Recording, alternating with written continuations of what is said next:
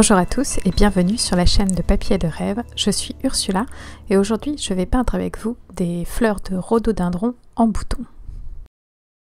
J'ai déjà réalisé des fleurs de rhododendron avec vous sur cette chaîne.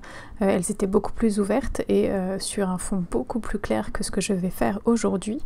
Mais j'avais envie de réessayer cette fleur avec une autre approche, un fond très foncé pour mettre en valeur la fleur relativement claire. Je ne me suis pas rendu compte lorsque j'ai commencé cette aquarelle, mais finalement j'ai eu la même approche de départ que pour l'aquarelle des cyclamènes que j'ai fait il y a quelques semaines. Le fond est assez similaire, mais vous allez voir que la suite va être bien différente. Et aujourd'hui encore, je travaille avec un papier très épais. C'est le papier qui est en épaisseur 640 grammes par mètre carré, ce qui est donc le double de ce que j'utilise habituellement. Et c'est vraiment un papier très agréable à peindre dessus parce qu'il ne bouge absolument pas. L'eau, les couleurs se déplacent d'une manière absolument merveilleuse par-dessus. J'ai donc commencé cette première couche par appliquer du violet et de l'indigo. J'aime mélanger l'indigo au violet pour le ternir un petit peu, le rendre un petit peu moins brillant parce que c'est une couleur qui n'est pas très naturelle en soi et je suis tout de même en train de peindre quelque chose de naturel. Et une fois ma feuille entièrement humide, je viens insérer de nouvelles couleurs dans ce fond foncé. J'ai donc fait infuser de la laque de Garance rose pour signifier le début des boutons. Et maintenant j'applique du jaune de nickel azo dans cette partie inférieure qui est un petit peu plus foncée et cette couleur va se mélanger assez naturellement à ce qu'il y a déjà de présent pour créer des verts. Mais surtout, je joue avec la propriété des pigments du jaune de nickel azo qui vont repousser les autres pigments sur le papier et prendre leur place. Ça permet de récupérer une belle lumière dans cette zone qui était foncée il y a quelques instants. Et au fur et à mesure, mon papier sèche petit à petit et les couleurs bougent de moins en moins. Et je peux donc sculpter un petit peu plus le début des feuilles que vous pouvez apercevoir en ajoutant des couleurs un peu plus sombres autour. Elles vont toujours se diffuser et ce sera toujours un peu flou, mais elles iront beaucoup moins loin parce que le papier commence à sécher et s'il y a moins d'eau, les couleurs vont naturellement bouger un petit peu moins. Une fois que je suis satisfaite, je vais laisser cette première couche sécher complètement avant d'attaquer la suite.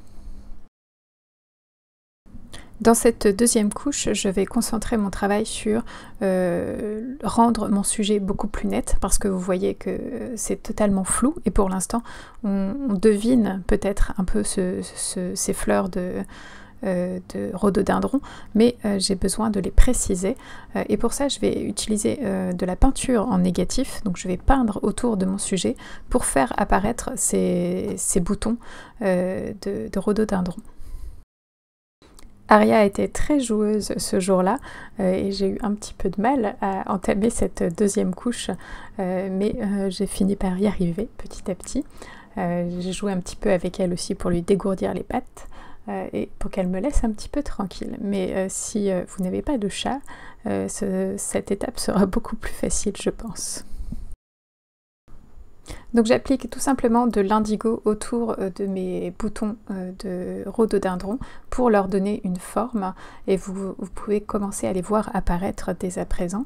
Et je viens aussi infuser toujours un petit peu de violet dans l'indigo pour casser un peu ces deux couleurs et leur donner un petit peu plus de personnalité et avoir aussi un peu de sentiment, d'impression dans cet arrière-plan.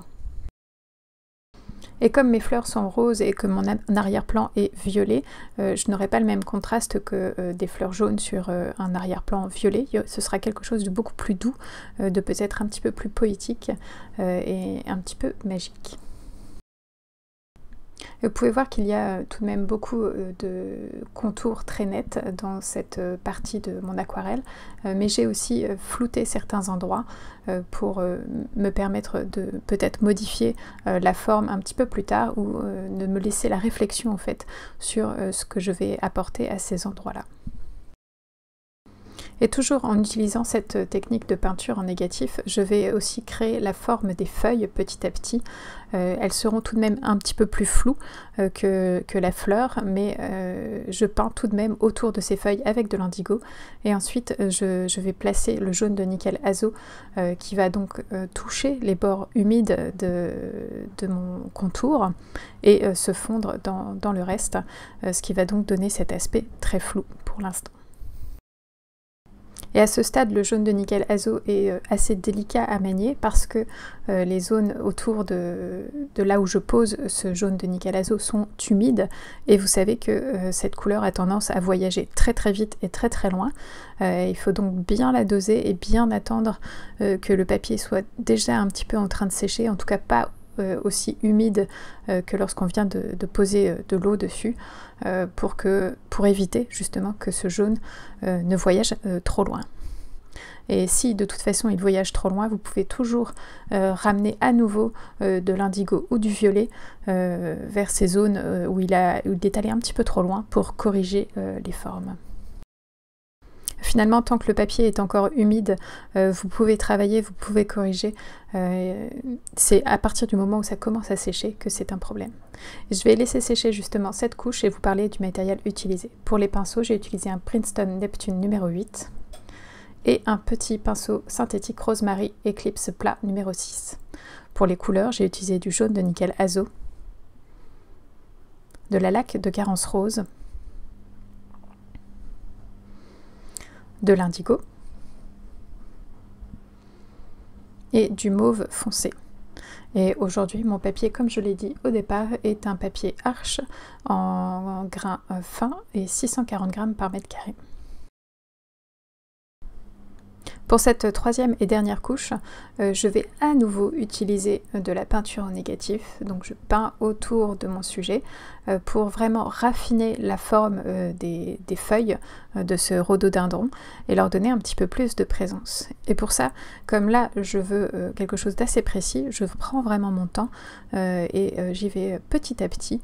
Je n'hésite pas à revenir en arrière pour affiner encore une tige ou corriger une ligne, mais je prends vraiment mon temps pour que ça ait le résultat que je souhaite. Et à nouveau, j'utilise toujours cet indigo pour créer une couleur très foncée sur lesquelles vont se détacher les feuilles de rhododendron. Comme il y a beaucoup de transparence dans cette couleur, ce qui se passe en dessous ressortira de toute façon. Donc s'il y a du violet, s'il y a un petit peu de jaune de nickel azo en dessous de l'indigo que je pose, il sera toujours un petit peu visible et il viendra enrichir cette couleur indigo que je pose. Et à nouveau, j'essaye de jouer avec cette transparence en posant du jaune de nickel azo sur une zone foncée. Et comme ce jaune de nickel azo est lui aussi très très transparent, il va apparaître beaucoup plus vert sur l'arrière-plan foncé. Mais on va voir qu'il se passe quand même quelque chose et ça enrichit la texture des feuilles et de l'arrière-plan. Et j'ai passé beaucoup de temps sur les feuilles et sur l'arrière-plan et pas vraiment beaucoup sur ces boutons de rhododendron et je m'y attaque seulement maintenant.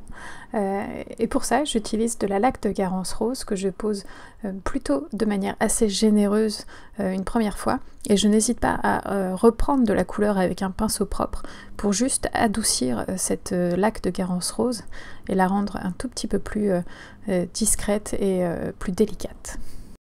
Et j'ai laissé aussi infuser un petit peu de jaune de nickel azo dans cette zone de rose pour indiquer qu'il y a la tige qui supporte toutes ces fleurs qui vient du centre en fait et qui donc se déploie vers chaque bouton. Et pour terminer cette aquarelle, je vais venir récupérer un petit peu de couleur sur les bords à certains endroits du bouton pour le rendre un tout petit peu moins dur, pour que les bords soient un tout petit peu moins nets. et qu'il y ait un petit peu plus de délicatesse à cet endroit-là. Et donc avec un pinceau en poil synthétique, je passe juste sur le bord, je frotte délicatement pour ne pas trop abîmer la fibre du papier, et ça va me permettre de flouter légèrement ce bord qui est un peu dur, et donc donner un petit peu plus de délicatesse à la forme de mon bouton.